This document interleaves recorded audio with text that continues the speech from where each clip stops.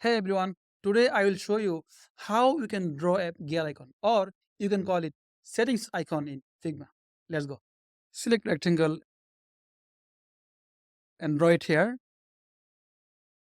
and make it 18 pixel longer.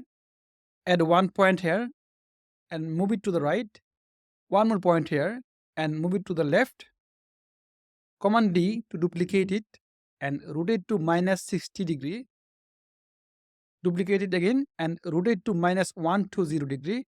Select all of them and make them union.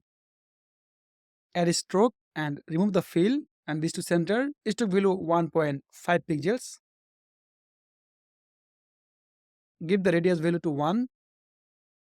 Double click to see the points and select these points. Give the radius value to 2.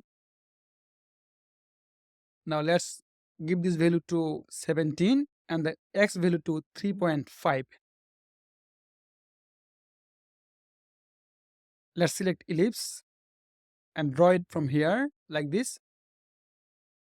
Add a stroke and remove the fill. Make it center and stroke value 1.5 pixels. All right, we are done.